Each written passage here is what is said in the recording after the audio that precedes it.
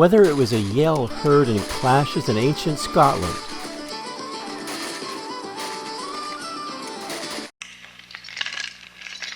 or from a Commanche on the plains, the spine-chilling yell that became known as the rebel yell, the one that historian Shelby Foote described as a foxhunt yip mixed up with a sort of banshee squall, was first ululated around July 18th in 1861 on a road a little east of Winchester, Virginia, en route to Berry's Ferry, and en route to the first major engagement of the Civil War at Manassas Bull Run.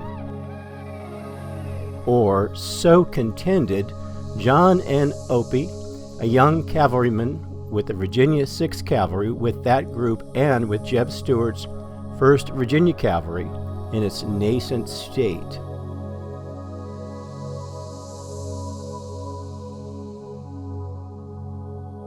Word had arrived at Winchester that there was an attack just outside of Manassas Junction, that the Union Army was advancing rapidly against a small force under General P.G.T. Beauregard at Manassas Junction.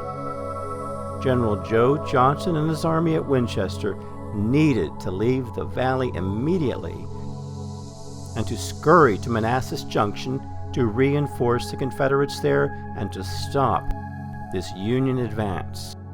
And so, Jackson's men hurriedly began to march east from Winchester to the Shenandoah River, crossing at Berry's Ferry in Clark County.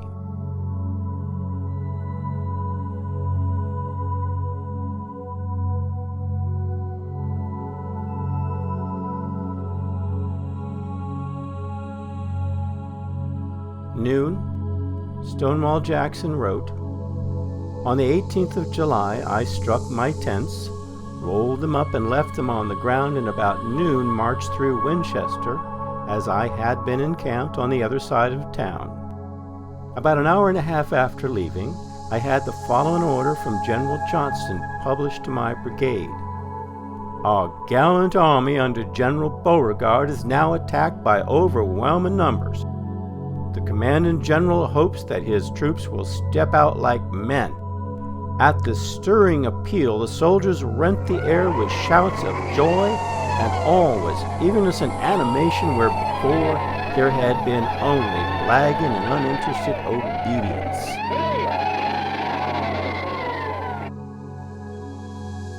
Wrote a private from Clark County about the very same moment. "As we marched, we were halted on the road, and an order from General Johnston read, telling the men that our gallant army under General Beauregard at Manassas is now attacked by overwhelming numbers. This appeal to our patriotism was like an electric shock and was responded to with cheers, and everyone felt that it was up to him to do his duty."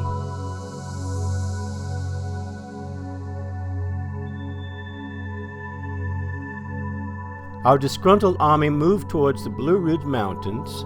We were all completely at a loss to comprehend the meaning of our retrograde movement until a general order was read, informing us that we were marching to the relief of Beauregard at Manassas, where a great battle was imminent. At this news, the whole army set up a continuous yell. It was the first rebel yell, which afterward became so familiar to friend and foe.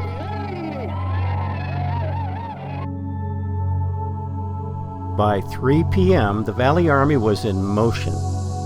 According to one old Johnny, at that hour we were rapidly moving through the dusty streets of Old Winchester, there only to be the more inspired and encouraged, for there was not a mother or sister who had not in the ranks a son or brother. Jackson wrote, "We continued our march until we reached Millwood in Clark County, where we halted for an hour or so, having found an abundance of good water, and there we took a lunch. Resuming the march, our brigade continuing in front, we arrived at the Shenandoah River about dark.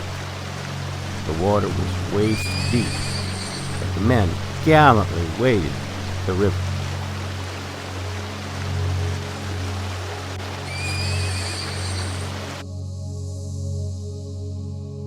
Opie continued.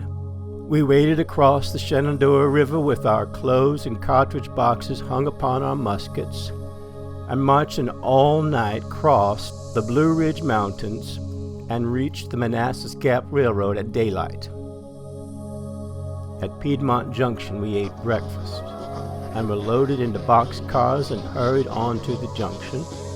Upon our arrival we were unloaded, and the trains were hurried back for other troops. We marched to a neighboring thicket and bivouacked for the night. And after supper, a number of our company were seated around a campfire when one of our comrades, William Woodward, exclaimed, "Boys, tomorrow I will be killed. But Opie, you will survive the war."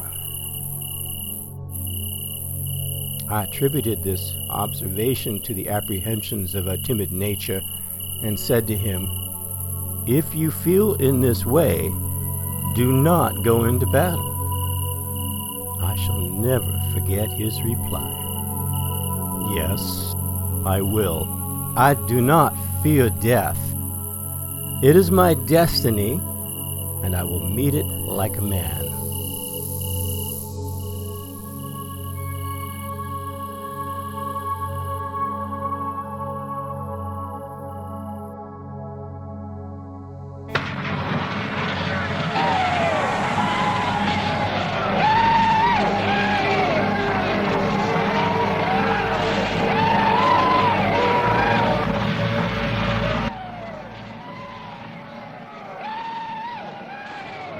The next day, that noble hero fell at my side at the Henry House, pierced by a Minnie ball.